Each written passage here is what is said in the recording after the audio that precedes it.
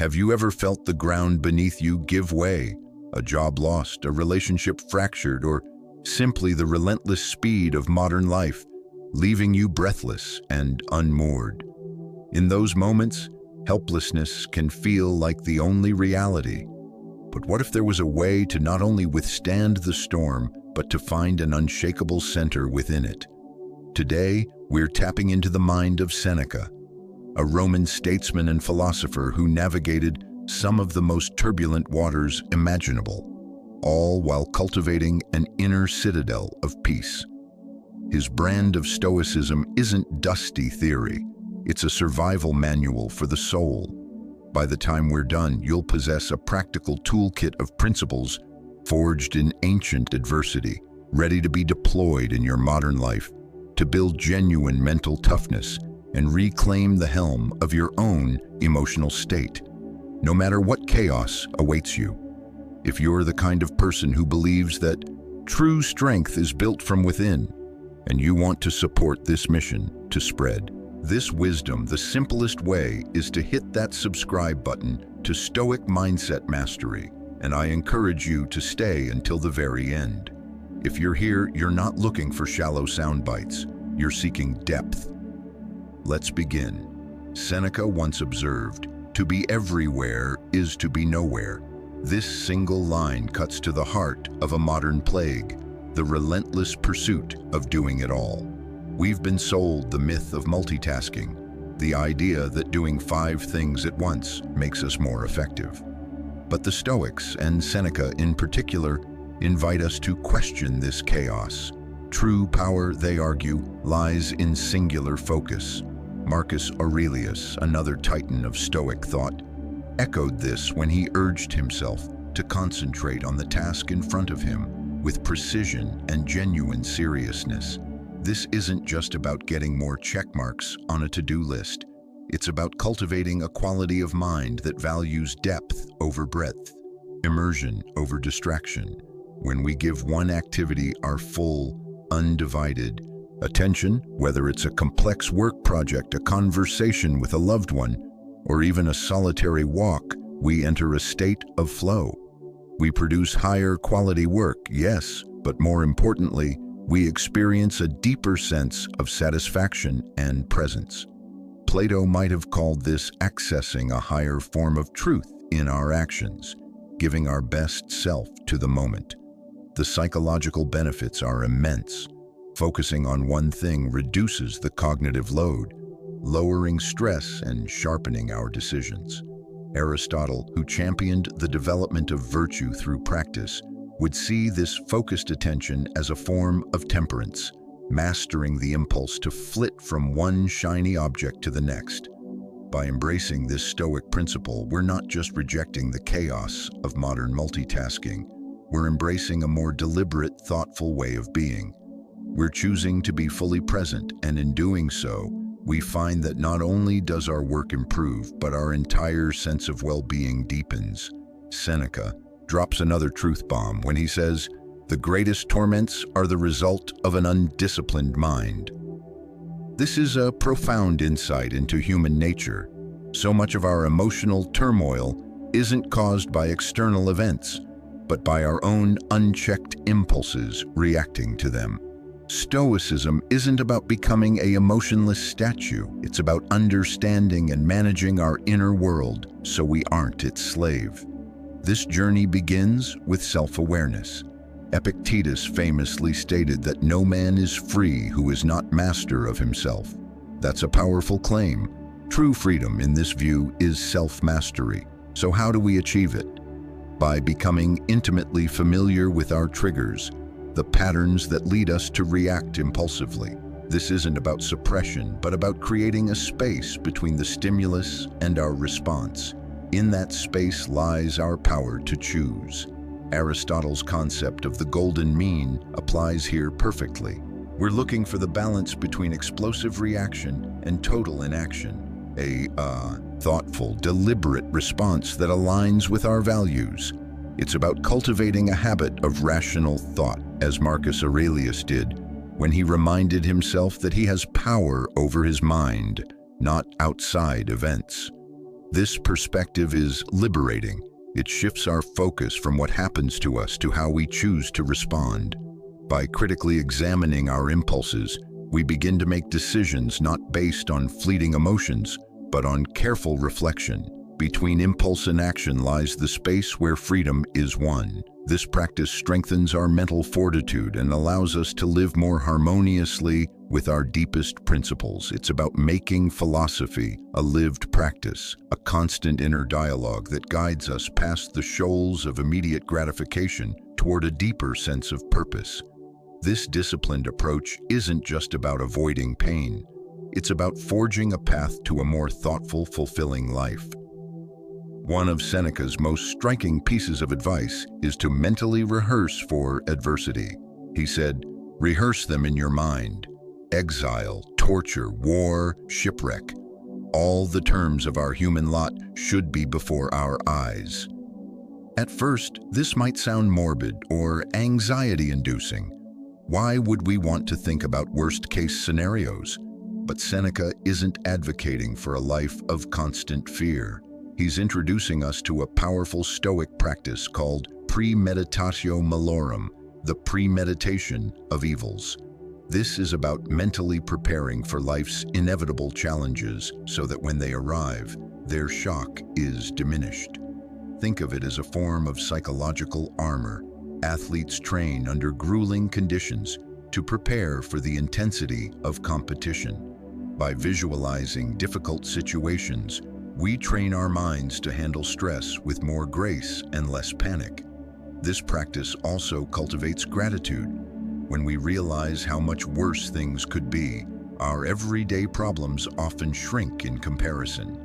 This isn't about living in a state of dread. It's about a realistic acknowledgement of life's uncertainties. For instance, if you're worried about job security, instead of spiraling into anxiety, you could update your resume or learn a new skill. You're not expecting the worst, you're simply preparing for it.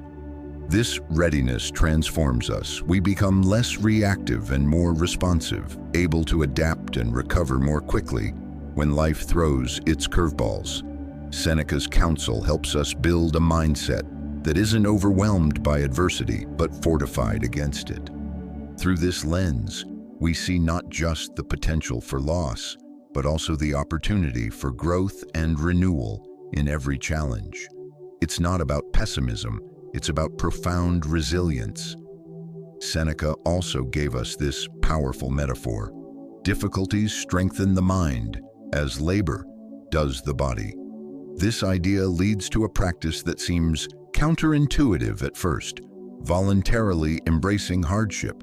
It's not about seeking out suffering for its own sake, but about deliberately stepping outside our comfort zone to build mental muscle. Think of it as a workout for the soul. An athlete trains in harsh conditions to be ready for anything. By choosing to face challenges head-on, whether it's taking on a difficult project, having a tough conversation, or practicing a period of simple living, we expand our capacity to handle life's unavoidable difficulties. This practice transforms fear into skill. If you're terrified of public speaking, deliberately putting yourself in situations where you must speak will, over time, make it manageable and then comfortable. What once seemed impossible becomes a part of your capabilities. This Stoic principle also resets our threshold for comfort. In a world obsessed with ease, choosing the harder path is radical. But Stoicism asks us to reconsider, what is true comfort? Is it the absence of discomfort, or is it the deep, abiding peace that comes from knowing you can handle whatever comes? By integrating this, we also learn to appreciate our current blessings more fully. When we know we can endure difficulty, we enjoy simple pleasures with deeper contentment. This builds a profound sense of self-efficacy. Each challenge we overcome is proof of our own strength, a reminder that we are more resilient than we believed. So let's take Seneca's challenge. Let's step into the arena of voluntary hardship. It's there we find not just struggle, but the keys to a more resilient and meaningful life. Perhaps one of Seneca's most liberating insights is this: we suffer more often in imagination than in reality. This is a stark reminder that our interpretation of events, not the events themselves, is the primary source of our suffering. It's easy to fall into the trap of victimhood, believing that life is happening to us. But Stoicism teaches that this mindset surrenders our agency. How we choose to see a challenge dramatically impacts our experience of it. Consider a common scenario. You're passed over for a promotion. The initial reaction might be anger and a sense of injustice. Those feelings are real, but Stoicism invites us to examine them. Are we only seeing the loss? What if this is an opportunity to seek feedback, to improve our skills, or to reevaluate our career path? Avoiding self-victimization doesn't mean ignoring the difficulty. It means shifting our focus from "why is this happening to me?" to "what can I learn from this? How can I grow?" This shift is transformative. It moves us from passive reaction to active participation in our own lives. Stoicism equips us to detach from our initial emotional responses and see the bigger picture. We can't always control events, but we can control our perception and response. This is empowering. It allows us to live with purpose and resilience. You are not a victim of your story. You are the narrator. Practicing this also enriches our relationships. By refusing to cast ourselves as perpetual victims, we interact with others from a place of strength and understanding rather than blame and resentment. We become more compassionate, recognizing that just as we are responsible for our own happiness, so are others for theirs. In embracing this Stoic way, we liberate ourselves from the chains of victimhood.